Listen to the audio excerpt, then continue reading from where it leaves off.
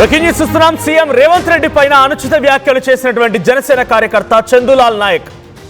చంద్రలాల్ నాయక్ ని అరెస్ట్ చేశారు పోలీసులు. అయితే అరెస్ట్ చేసి జైలుకు కూడా తరలించారు. మొన్న జూన్ 2వ తేదీన పవన్ కళ్యాణ్ తెలంగాణ రాష్ట్రంలో ఒక సభకు ఏర్పాట్లు చేశారు. తెలంగాణ ఆవిర్భావ దినోత్సవం రోజున ఆయన జనసేన సాధక్ సభ అన్నట్టుగా ఏదో ఏర్పాటు చేశారు.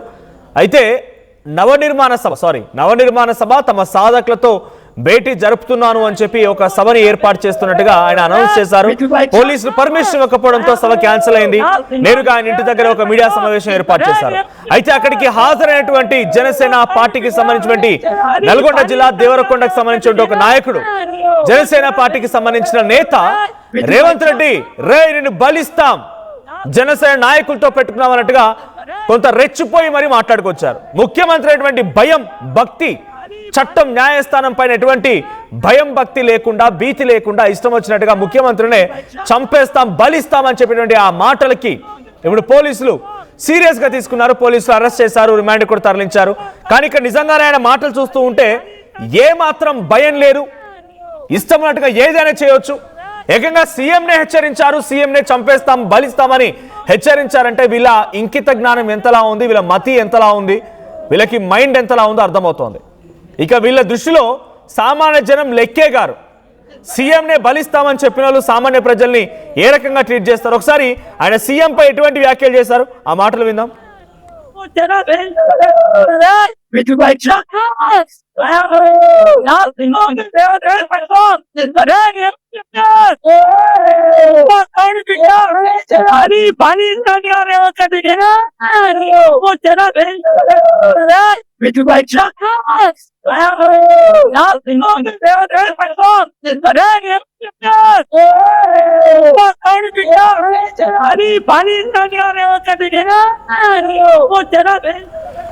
చూడండి ఆ బలుపు, అహంకారం చూడండి. రేవంత్ రెడ్డి బలిస్తాం, అమ్మతోడు బలిస్తాం, జనసేన నాయకులతో పెట్టుకున్నామని చెప్పి మాట్లాడుతున్నాడు. ఆయన దేవరకొండ కాన్స్టిట్యుయెన్సీకి సంబంధించిన ఓ జనసేన కార్యకర్త అన్నట. ఇంతలానా మరి ఇంత శృతించిపోవాలి? ఏమొచ్చింది? ఓ రోజు మీటింగ్ పెట్టగానే మొత్తం రాష్ట్రం మొత్తాన్ని ప్రభుత్వం ఏర్పాటు చేసిపోతారా? కాదు కదా. ఎన్ని రకాలుగా ఉద్యమాలు చేయాలి, ఎన్ని రకాలుగా పబ్లిక్ల యొక్క విశ్వసనీయతని చొరగొనాలి. ముఖ్యమంత్రిని చంపుతానని హెచ్చరించిన వాళ్ళు రేపటి రోజున నిజంగానే వారిని విభేదిస్తే సామాన్య జనానికో, జర్నలిస్టులకో, సామాన్యటువంటి పౌరులకో రక్షణ ఎక్కడిది ఇంకా? సో అందుకే పోలీసులు తనకు తగ్గట్టుగా ఆ బలి అనే పదానికి అర్థం చూపించారు. అరెస్ట్ చేసి లోపల బొక్కలో వేసారు. ప్రజెంట్ ఆ పోలీసుల ట్వీట్ చూస్తున్నాం మనం. సో ఉద్దేశపూర్వకంగా సోషల్ మీడియాలో గౌరవ సీఎం గారిపై అనుచిత వ్యాఖ్యలు చేసినటువంటి కుర్ర చందర్లాల్ అనేటువంటి వ్యక్తిపై కేసు నమోదు చేసి జైలుకు పంపించారు తెలంగాణ పోలీసులు. సోషల్ మీడియాలో మితిమీరినటువంటి వ్యాఖ్యలు చేసేటప్పుడు ఇంకిత జ్ఞానం మర్చిపోవద్దు. అలా చేస్తే చట్టం చేస్తుంది. కింద చూడండి, same post and same tweet. అలా మర్చిపోతే చట్టం చేస్తుంది. ఊసలు లెక్క పెట్టాల్సిన పరిస్థితి ఏమొచ్చింది? ఇప్పుడు వస్తారా మీ నాయకుడు చెప్పని చెప్పిండా ఇట్లా? మీ నాయకుడు అనమన్నాడా ఇట్లా? కాదు కదా. ఆయన వచ్చి ఆయన ప్రెస్ మీట్ ఆయన అనౌన్స్ చేస్తారు, సభలో పెట్టుకొని వెళ్ళిపోతారు. రేపటి నుంచి మళ్ళీ ఎక్కడ ఉంటారో, ఏడ తిరుగుతారో ఏమో తెలియదు. మీరు ఒక్కరోజు వచ్చి ముఖ్యమంత్రిని చంపుతాం, బలిస్తాం నా కొడక ఆట.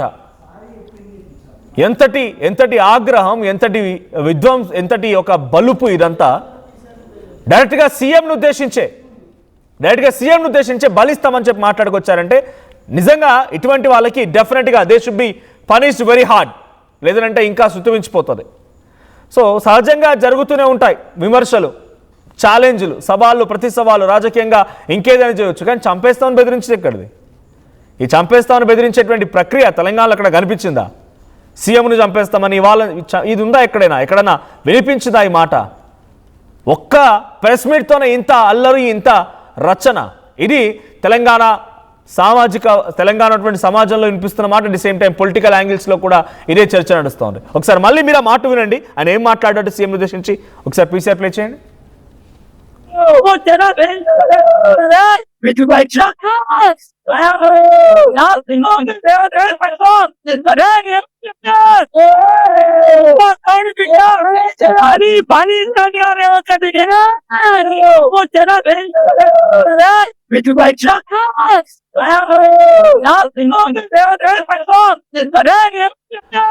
చూడండి, రేవంత్ రెడ్డి బలి ఇస్తాం నా కొడక నిన్ను అట, ఇదా భాష మాట్లాడాల్సింది.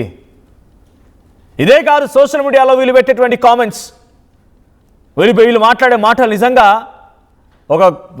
రీజనల్ కాన్ఫ్లిక్ట్స్ క్రియేట్ చేస్తుంది. ఇలాంటి వాళ్ళే రీజనల్ కాన్ఫ్లిక్ట్స్, ఆంధ్ర తెలంగాణ అనేటువంటి ఈ సెంటిమెంట్ రగలడానికి మరింతగా దీనికి పెట్రోల్ పోసి మరింతగా నిప్పు ఎక్కువ చేయడానికి కారణం ఇలాంటి వాళ్ళే.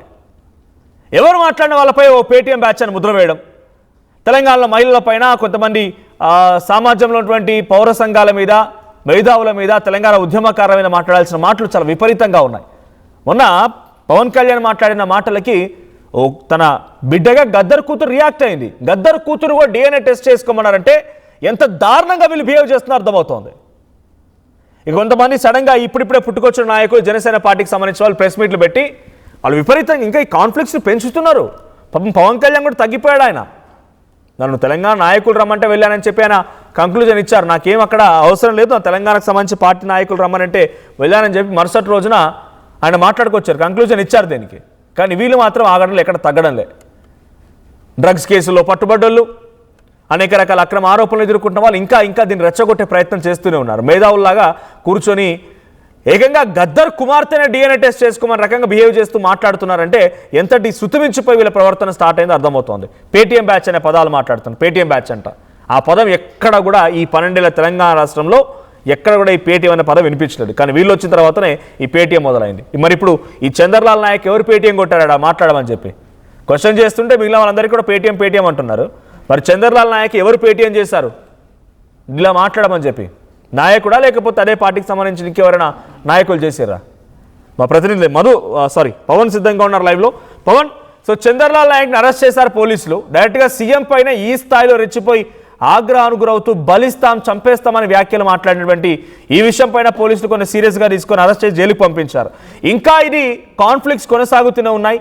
సోషల్ మీడియా వేదికగానో, కామెంట్స్ రూపంలోనో, చిన్న సోషల్ మీడియా వీడియోస్ రూపకంలోనో ఇంకా ఈ కాన్ఫ్లిక్ట్స్ రగులుతూనే ఉన్నాయి. దీనిపైన పోలీసులు ఈ అరెస్ట్ తర్వాత కొంత స్పెషల్ దృష్టి సారించారనుకోవాలా?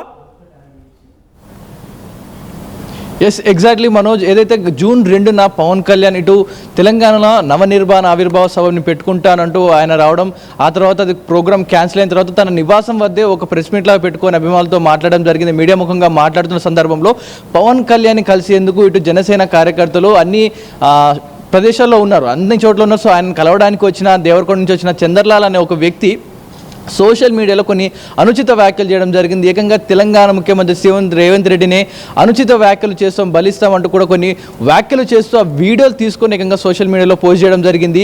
దీన్ని తెలంగాణ పోలీసులు చాలా సీరియస్గా తీసుకున్నారు. ఆ రోజు జూన్ 2 తారీఖున పవన్ కళ్యాణ్ కలవడానికి వచ్చిన ప్రతి అభిమాని కూడా ఆ రోజు ప్రతి ఒక్కరు కూడా ఇలాంటి వ్యాఖ్యలని, ఇలాంటి పదజాలం వాడుతూ దూషిస్తూ మాట్లాడడం జరిగింది. ఇక్కడ 2 రాష్ట్రాలు సపరేట్ అయ్యాయి, 2 ప్రభుత్వాలు నడుస్తూ ఉన్నాయి. ఇటు ఏపీ ప్రభుత్వం వేరు, తెలంగాణ ప్రభుత్వం వేరు. ఇటు ఏపీ ప్రభుత్వం నుంచి వచ్చి ఇక్కడికి వచ్చి సభ పెట్టుకున్న సమయంలో ఇటు వారి సమస్యలు మాట్లాడుకోవాలి, వారి విషయాలు మాట్లాడుకోవాలి. కానీ ఏకంగా ఇక్కడున్న ముఖ్యమంత్రిని సైతం ఇక్కడున్న ప్రజలే తిరుగుబాటు చేసి మాట్లాడుతున్న నేపథ్యంలో ఇది ఎంతవరకు సభ్యసతం కాదు. ఎందుకంటే దీని ఉల్లంఘన. ఎందుకంటే మనం మన స్టేట్లో ఉంటూ ఇక్కడ సీఎంని మనం దూషిస్తున్నామంటే ఇది నిజంగా ఇక్కడున్న మనుషులు చేస్తూ ఉన్నారు, లేదా కావాలని కొంతమంది మనుషులు వీరికి కావాలని ట్రైన్ చేసి మాట్లాడించారనే నేపథ్యంలో ప్రతి ఒక్క వీడియో ఆ రోజు జూన్ 2వ తారీఖున సోషల్ మీడియాలో పెట్టిన ప్రతి వీడియోని పోలీసులు తరోగా చెక్ చేస్తూ ఉన్నారు. ఈ నేపథ్యంలో ఇప్పుడు చంద్రలాల్ చేసిన వీడియో ఏదైతే ఉందో, ఆయన చేసిన వీడియో సుమారుగా సోషల్ మీడియాలో వైరల్ అవడం జరిగింది. దీనిపై పోలీసులు యాక్షన్ తీసుకొని ఎవరైనా నోటి దూలతో మాట్లాడినా, పరుష పదజాలాలు వాడుతున్నా, ఇటు గవర్నమెంట్ని దూషించినా, మీకు ఇష్టానుసారంగా మాట్లాడినా మీపై కఠిన చర్యలు ఉంటాయి. ఎటు గుప్పుడు తప్పించుకోలేరు. మీరు ఒకవేళ ఇప్పుడు వీడియో చేసి తర్వాత డిలీట్ చేసినా కూడా అవన్నీ కూడా మా స్టేట్మెంట్స్లో రికార్డ్ అయి ఉంటాయి. మీరు చేసే ప్రతి యాక్టివిటీని మేము ఒక డేగ కన్నేసి మిమ్మల్ని వాచ్ చేస్తూ ఉన్నట్టు కూడా పోలీసులు హెచ్చరిస్తూ ఉన్నారు. ఈ నేపథ్యంలో ఇటు చంద్రలాల్పై కేసు కూడా నమోదు చేయడం జరిగింది, అతన్ని జైలు కూడా పంపించడం జరిగింది.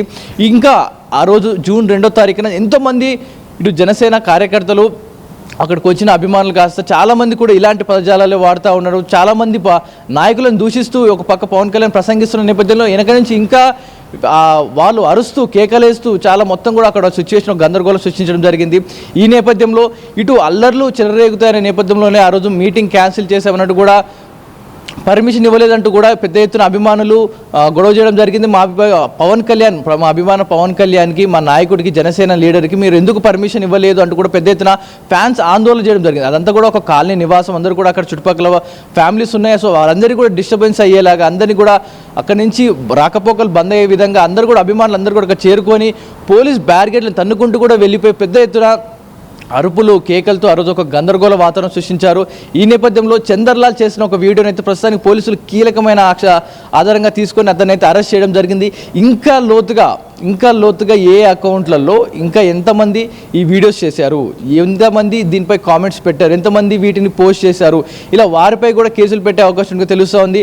మరోపక్క ఇటు ఆయన క్లారిఫై ఇచ్చిన తర్వాత కూడా ఇటు జనసేన నాయకులు కొంతమంది తెలంగాణలో ఉన్న వారందరూ కూడా తిరిగి మళ్ళీ ఇక్కడనే దూషిస్తూ ఉన్నారు ఇక్కడ ప్రభుత్వాన్ని. ఇక్కడ ఆయన స్పష్టంగా చెప్పడం జరిగింది, ఇక్కడ నేను పోటీ చేయను, ఇక్కడ ఏం చేయను, కేవలం ఇక్కడ ఉన్న జనసేన నాయకులను కలవడానికే వచ్చానంటూ ఆయన చెప్పడం జరుగుతూ ఉంది. కానీ ఇక్కడ జనసేన నాయకులు మాత్రం, కార్యకర్తలు మాత్రం అందుకు భిన్నంగా ప్రవర్తిస్తూ ఉన్నారు, అందుకు వ్యతిరేకంగా మాట్లాడుతూ ఉన్నారు. ఈ నేపథ్యంలో ఎవరైనా ఇకపై అనుచిత వ్యాఖ్యలు చేస్తే ఎలాంటి శిక్ష పడుతుందో ఒక ఎగ్జాంపుల్లా మీకు చూపిస్తా ఉన్నాం. ప్రస్తుతానికైతే చంద్రలాల్ నాయక్ దేవరకొండ నుంచి వచ్చి ఇక్కడ అభిమాన్ని చూడాలి, మాట్లాడాలి, అంటే ఇట్లాంటి చంద్రలాల్ కి సంబంధించినటువంటి వీడియో ఇప్పుడు సర్క్యులేట్ అవుతోంది. రేవంత్ రెడ్డి టార్గెట్ చేసి ఆయన వీడియో మాట్లాడుకొచ్చారు. ఆయన ఒకటే కాదు, ఇంకా చాలా వరకు కూడా సోషల్ మీడియాలో ఈ రకంగా రీజనల్ కాన్ఫ్లిక్ట్స్ క్రియేట్ చేసే విధంగా మొన్న చూసాను నేను. పొన్నం ప్రభాకర్ మంత్రికి కూడా ఒక వ్యక్తి సోషల్ మీడియాలో రే ఫోన్ లిఫ్ట్ చేయి, దమ్ముంటే ఫోన్ లిఫ్ట్ చేయి అని చెప్పి కామెంట్లు పెట్టడం, ఆయన నెంబర్ని సర్క్యులేట్ చేయడం, పొన్నం ప్రభాకర్కి ఫోన్ చేస్తూ రిపీటెడ్గా స్క్రీన్ షాట్లు పెట్టడం, ఇవన్నీ కూడా సర్క్యులేట్ అవుతున్నాయి. అంటే మంత్రులకి, ముఖ్యమంత్రికి, అధికారులటువంటి పార్టీకి సంబంధించిన నేతలకి, ప్రజాప్రతినిధులకి సైతం ఈ రకంగానే బెదిరింపులు వస్తున్నాయంటే ఏ స్థాయిలో ఇక్కడ వాళ్ళ యొక్క ఇంపాక్ట్ ఉన్నది, ఏ స్థాయిలో వాళ్ళంతా రచ్చలేపుతుందో అర్థమవుతోంది. వీటిపై ఇంకా నిఘా కొనసాగిస్తున్నారా? సో ఏకంగా అటు గద్దర్ కుమార్తెని కూడా DNA టెస్ట్ చేసుకోమని అడుగుతున్నారు. అంటే ఇటువంటి కామెంట్స్ వస్తున్నాయి. ఇటువంటి విధంగా ఇంకా రీజనల్ కాన్ఫ్లిక్ట్స్ రెచ్చగొట్టే విధంగా పిచ్చి పిచ్చి కామెంట్లు, పిచ్చి పిచ్చి రాతలు రాస్తూ ఉన్నారు. వీళ్ళపైన ఇంకా సోషల్ మీడియాలో కూడా నిఘా కొనసాగిస్తున్నారా పోలీసులు? అబ్జర్వ్ 100% అయితే ప్రస్తుతానికి పూర్తి నిఘా అయితే పెట్టడం జరిగింది. గతంలో ఒక చిన్న కేసు చూసాం. ఓఆర్ఆర్పై సుమారుగా 200 స్పీడ్తో వెళ్తున్న ఒక కారు వీడియో తీసి సోషల్ మీడియాలో పెట్టినందుకు అతని డీటెయిల్స్ తీసి పట్టుకొని అరెస్ట్ చేసి కార్ని సీజ్ చేశారు తెలంగాణ పోలీసులు. ఇప్పుడు ఏకంగా తెలంగాణ గవర్నమెంట్ని, ఇటు తెలంగాణ ముఖ్యమంత్రిని, మంత్రుల్ని దూషిస్తూ సోషల్ మీడియాలో ఇష్టానుసారంగా మాట్లాడుతూ వ్యాఖ్యరిస్తున్న ప్రతి వారిపై ఇలాగే వదిలేస్తే వారు ఇంకా ముదిరి ఇటు వారు కావాల్సిన విధంగా, అంటే ఒక గతంలో బంగ్లాదేశ్, శ్రీలంకలో కాక ప్రభుత్వంపై తిరుగుబాటు ఎలాగైతే జరిగిందో ఆ విధంగా జరిగే అవకాశం ఉన్న నేపథ్యంలో ఎవరిని కూడా ముందుగానే అణచివేసే ప్రయత్నం చేస్తాను. ఎందుకంటే ఒక్క కామెంటు వారు తెలియక చేసినా, తెలిసి చేసినా అది ఇంకొకరిని ఇంపాక్ట్ చేసి ఆ నలుగురు ఇంకొక నలుగురు జాడ్ అయిపోయి ఇది అందరూ కూడా ప్రభుత్వానికి వ్యతిరేకంగా మాట్లాడి ఇందులోనే ఒక కల్ప్రిట్స్ లాగా మారిపోయి ఇందులోనే అందరినీ, గవర్నమెంట్ని దూషిస్తున్న వారందరిపై కూడా తిరుగుబాటు వచ్చే విధంగా చేస్తున్న వారందరిపై కూడా కఠినమైన యాక్షన్ తీసుకుంటా అంటూ కూడా పోలీసులు స్పష్టంగా చెప్తా ఉన్నారు. ఎందుకంటే ఇలాంటి వారిని వదిలేస్తే దేశద్రోహుల కంటే ప్రమాదం అంటూ కూడా పోలీసులు వారికి వార్నింగ్ ఇస్తూ ఉన్నారు. ఇప్పటికే చంద్రలాల్పై 395/2026 కింద కేసు అయితే నమోదు చేయడం జరిగింది. ఎఫ్ఐఆర్ కూడా నమోదు చేయడం జరిగింది.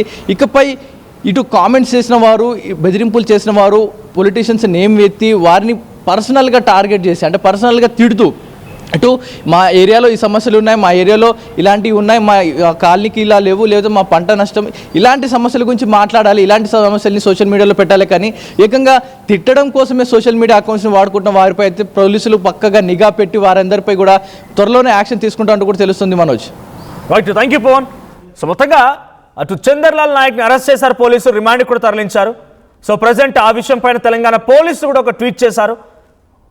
ఇంకిత జ్ఞానం, కనీసం అవగాహన లేకుండా పిచ్చి పిచ్చిగా మాట్లాడితే చట్టం తన పని తాను చేసుకుంటూ పోతుంది, ఇది పోలీసులు చేసిన ట్వీట్. సో ఇప్పుడు డైరెక్ట్గా చంద్రలాల్ నాయకే కాదు, ఎవరైతే రీజనల్ కాన్ఫ్లిక్ట్స్ క్రియేట్ చేయడం కోసం ఇంకా ఇష్టం వచ్చినట్టుగా దూషించడాలు, ఇష్టం వచ్చినట్టుగా కామెంట్స్ పెట్టడాలు, అటు మంత్రి పొన్నం ప్రభాకర్ మీద కూడా రే ఫోన్ లిఫ్ట్ చేయని చెప్పి ఒక కామెంట్ పెట్టాడు వ్యక్తి.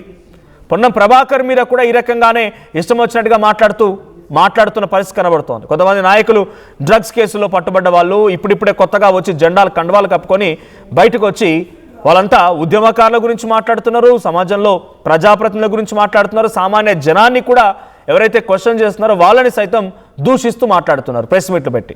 వీళ్ళందరి మీద ఇప్పటికే పోలీసులు నిఘా పెట్టినట్టు తెలుస్తోంది. ఎవరైతే ఈ కాన్ఫ్లిక్ట్స్కి కారణమవుతున్నారో, ఈ కాన్ఫ్లిక్ట్స్కి కారణమైనటువంటి వ్యక్తుల్ని కొంత అరెస్ట్ చేసే అవకాశం ఉంది, వారిపైన కేసు కూడా నమోదు చేసే అవకాశం కనబడుతోంది. అయితే మొన్న 2వ తేదీన తెలంగాణ ఆవిర్భావ దినోత్సవం రోజున పవన్ కళ్యాణ్ సభకు నిరాకరణ తర్వాత పవన్ కళ్యాణ్ తన ఇంటి దగ్గర ప్రెస్ మీట్ కూడా నిర్వహించారు. ప్రెస్ మీట్లో తను తెలంగాణ మీ అయ్యే జాగీరా అంటూ ఎవరైతే తనను విభేదిస్తున్నారో వారిని ఉద్దేశించి కూడా మాట్లాడిన మాటలు కూడా సెన్సేషన్గా మారాయి. ఒకసారి ఇటువంటి అరెస్ట్ల మీద మీ రియాక్షన్ ఏంటి?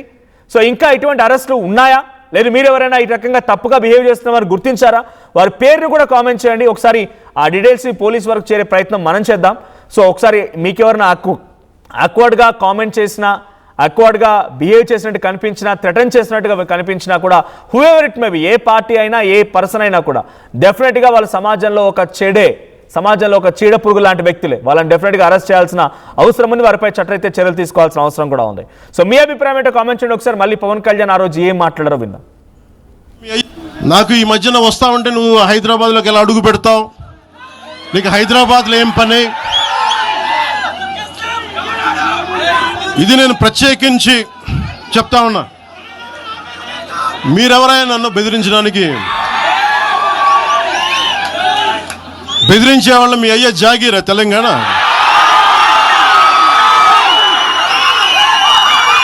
నా మీద దాడులు చేస్తా ఉన్నారు కదా. నాకు తెలంగాణలో బెదిరింపుల కంటే కూడా ఆంధ్రాలో బెదిరింపులు ఎక్కువ. నాకు తెలంగాణలో ఇంకా రానివ్వు అంటారు నన్ను, ఆంధ్రాలో అయితే తల తీసేయని అంటారు కోనసీమలో కొంతమంది. నేను ఓడిపోయినప్పుడు 2019లో ఓడిపోయినప్పుడు మన తెలంగాణ నాయకులు ఒకరే చెప్పారు, అన్నా మా తెలంగాణలో ఉంటే నీకు పరిస్థితి రానిచ్చేవాళ్ళం కాదని చెప్పి. At KL, experience what it feels like to be a true engineer. KL deemed to be university. చిన్న చిన్న ఆనందాలు 35 ఏళ్లుగా నా జీవితంలో లేవు. 35 ఏళ్లుగా నేను డైపర్లలో బ్రతికాను. 6 సెంటీమీటర్ల ఫిస్టులా నా మూత్రాశయంలో లీకు కారణమైంది. ఎవరూ నాకు సహాయం చేయలేకపోయారు. AINUలో వైద్యులను కలిసే వరకు అక్కడ వారు రోబోటిక్ శస్త్రచికిత్సతో నాకు పరిష్కారం ఇచ్చారు. వారు నా ఆత్మవిశ్వాసాన్ని కూడా తిరిగిచ్చారు. Precision care makes it possible. The Center for Robotic Surgery at AINU